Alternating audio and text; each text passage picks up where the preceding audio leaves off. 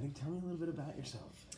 All right. So I am a senior at Utah State University in recreation administration, and I have been doing recreation pretty much my whole life.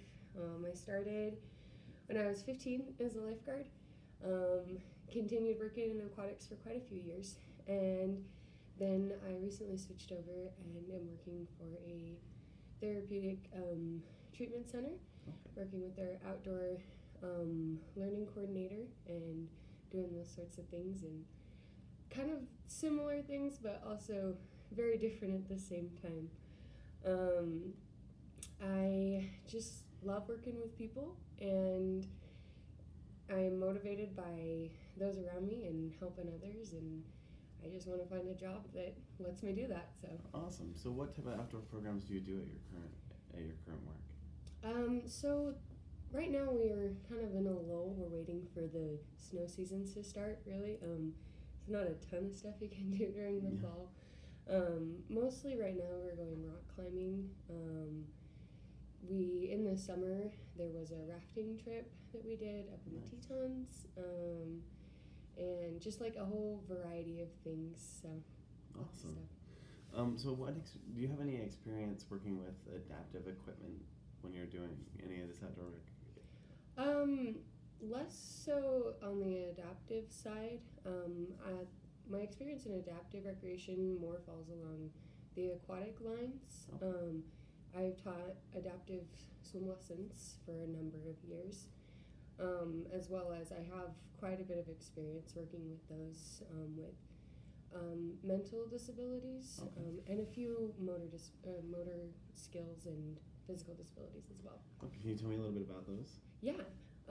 So when I was teaching for a city rec program, I taught most of their adaptive swim lessons. Had a number of students with ASD, so autism spectrum disorder, and those are the students I work with now actually at the treatment center as well.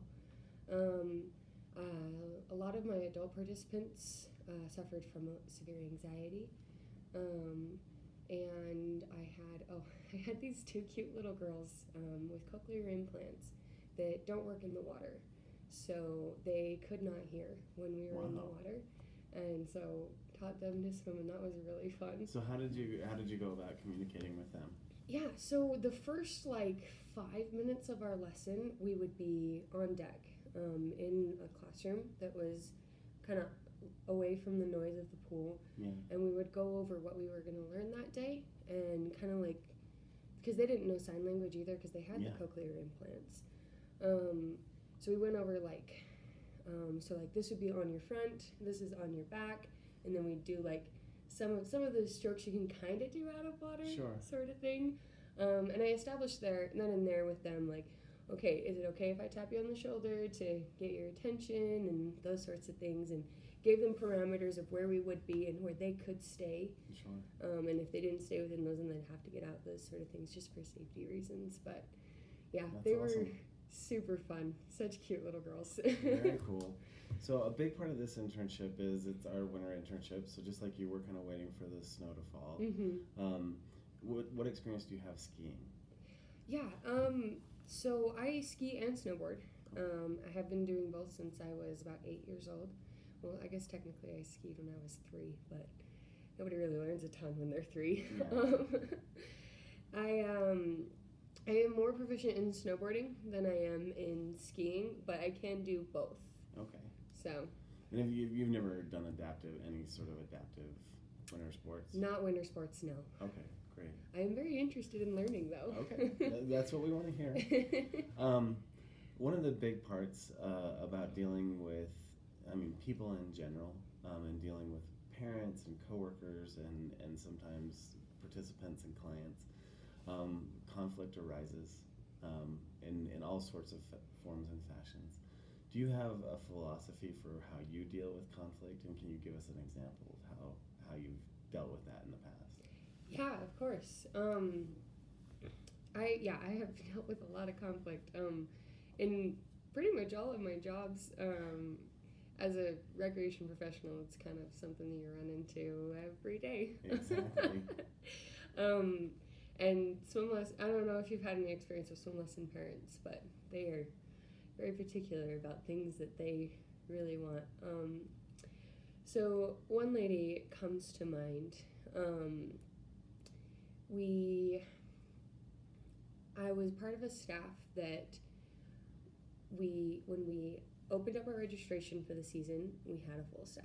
Mm-hmm. And by the time we got to the end of our season, our staff was maybe about half of what it had been. Gosh. Yeah. So all of my staff was burnt out. And worst case scenario, I didn't have physically enough people to teach this session. I was in the water, my boss was in the water, like literally everyone we had was there. And which meant that, and we were one instructor short for our private lessons, which meant that somebody wasn't going to get an instructor. One of the participants were siblings, and we tried to call in advance and see like, hey, would it be all right if we took your private lesson and made it a semi-private, and we're able to give you a refund, partial refund, and kind of, because we don't have any instructors. We're unable to contact them, unfortunately, so we talked to them there on the deck, and the parents were not pleased, to say the least. And my philosophy when it comes to conflict like that, where it's a rock and a hard place, there really wasn't a ton that I could do beyond offering them that partial refund there in the moment, as well as teaching a semi-private for their children that night, is maintain professionalism, do what you can to solve the problem, and in the end, they're the ones that you're serving, and do your best to make sure that they get the service that they want and are satisfied. Yeah.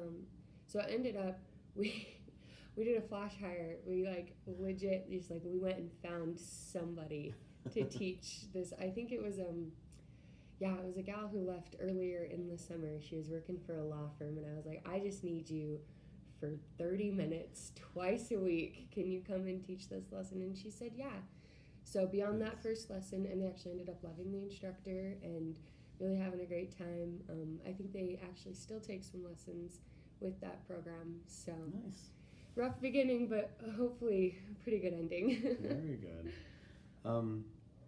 Where do you see yourself going career-wise in the next 5 years?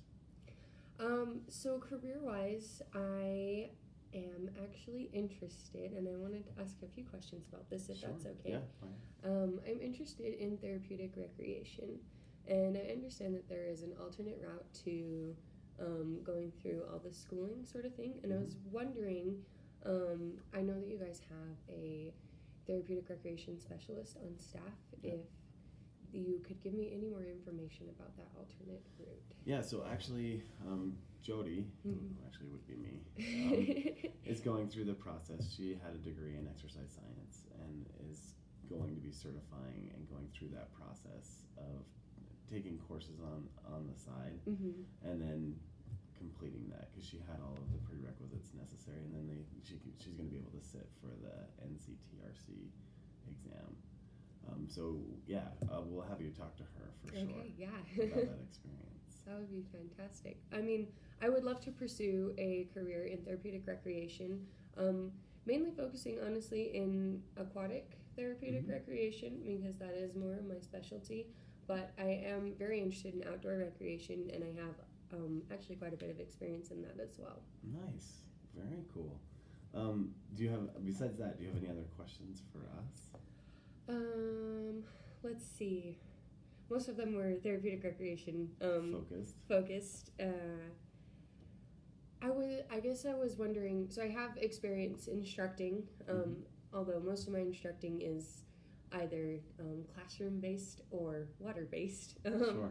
And I was wondering, as an intern, how much instructing would I be doing on the mountain, or would it be more of the office side? It'll be actually quite a bit of mountain experience. Now, Okay. we don't throw you right in. Yeah. We basically will have you, just like we do with all of our volunteers, ski with one of our certified instructors, until you're comfortable enough to go out and co-lead with those instructors, and then eventually start to take over leadership. So it's a very scaled process. We're not Okay. going to throw you to the wolves. Understanding that we work with people with all sorts of different disabilities. So we do have kids who have Down syndrome. We have people who are in sit skis and just need help getting on and off the ski lift. Yeah. And who don't actually need someone to ski with them. They just need that extra assistance. So we have a pretty big variety. And we will kind of actually see how you mesh with the participants we have coming up. Okay, yeah. And we tend to keep people skiing with the same people as they come. So you will be on the mountain. Typically, the instructors ski just because of the ability to be more mobile. Right. But we can try snowboarding. We've had instructors try snowboarding before. Yeah. Well, and like I said, I'm comfortable doing both. I am a bit more skilled at snowboarding, but I have pretty much just as many years skiing as I do snowboarding. Okay. And I would love to be on the mountain, so. Awesome. Cool. Any other questions? I think that's it for me. Okay. Thanks for coming in, Maddie. Thank you. Nice job. So I'm going to hit pause here.